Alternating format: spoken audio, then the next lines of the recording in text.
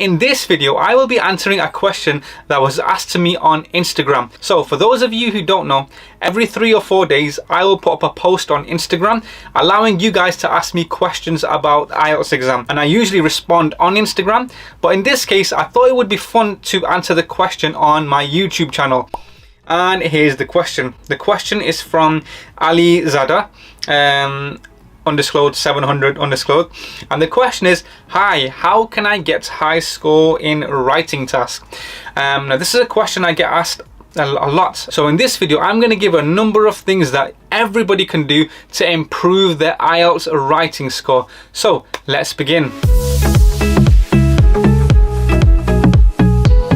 Okay, so let's start with the absolute basic rule, and I've broken all these things down so anybody can use them. So for this video, I will specifically be talking about how to improve your writing task 2 score. Okay, I'll make a separate video for writing task 1. So the first thing that you can do to improve your IELTS writing task 2 score is to plan out your essay.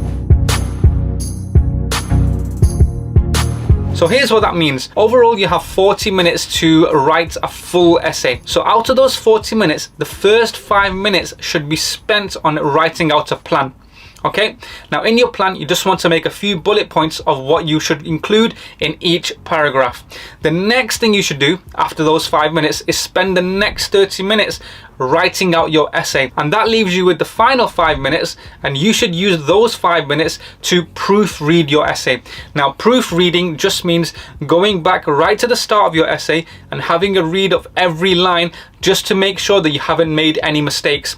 Sometimes when you're writing, your mind thinks faster than you can actually write, and that means that you might just think things but not actually write them down. So you might skip a word, you might not use full stops or commas or even capital letters. So when you proofread, you just want to double check that everything has been written perfectly.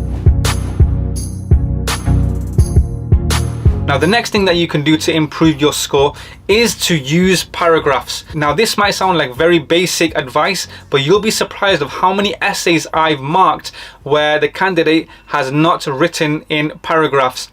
Now if you don't use paragraphs, you will lose out on marks. Okay, it's very important to use paragraphs. And how many should you use? Well, in writing task 2, you should write 4 paragraphs. Now don't worry, I will tell you exactly what to do for each paragraph. So paragraph 1, here is where you will write your introduction. Your introduction should not be longer than 3 sentences. A good introduction will be short, simple, and straight to the point. Now I will link a card above where I've made a video on how to write the perfect introduction. Okay, so paragraph 1 is for your introduction.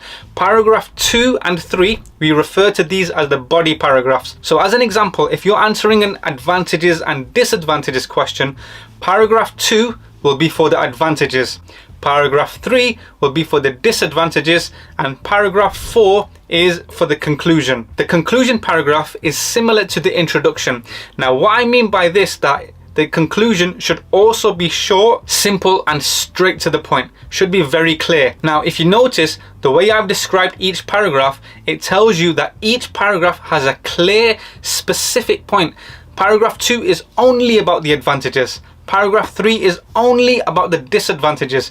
You don't want to get them mixed up. You will get higher marks for making sure that your work is logically organized. That just means it's very well structured, the same way I just described to you. Now another very easy way that everybody can use to improve their writing score is to use sequence words, or some people call them transition words. Now what is a sequence word? Well, let's look at an example question. If the question asks you what are the advantages and disadvantages of using an iPhone, then you can say the first advantage of using an iPhone is, and then tell the examiner. The second advantage is, then again tell the examiner. The third advantage, the fourth advantage.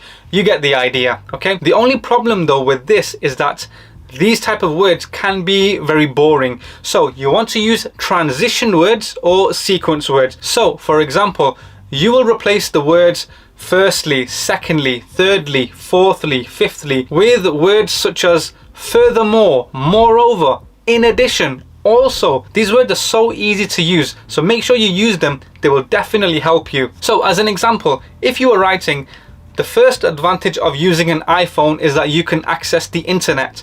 The second advantage of using an iPhone is that you can take great pictures. The third advantage is, and then carry on, those words will be replaced with, one of the advantages of using an iPhone is that you can use the internet. Additionally, the iPhone lets you take great pictures. You get the idea. Using these words just makes your writing more engaging. Now, another tip that everybody can use, and really everybody should be using this tip, and that is to look at the word count. So for writing task 2, you are expected to write a minimum of 250 words. Okay, minimum means that's the least amount of words that you should write. If you write less, you will lose marks. Okay, so bear that in mind. Now, how much should you be writing then? Well, a good guideline to follow is 250 words plus 10% increase. So that means 250 plus 10%. 10% of 250 is 25. So 250 plus 25 equals 275. That means you should be aiming to write anywhere between 250 and 275 words. Okay, that's the general guideline. So if you write less than 250 words, you will lose marks. However, if you go over 275, you won't lose marks. Remember, this is just like a good ballpark figure to use. Now, if you like this type of video, you'll definitely want to check out this video over here where I give more detailed tips on how to improve your writing task 2 score. Oh, and don't forget to follow me on Instagram where you can ask me questions directly about the IELTS exam.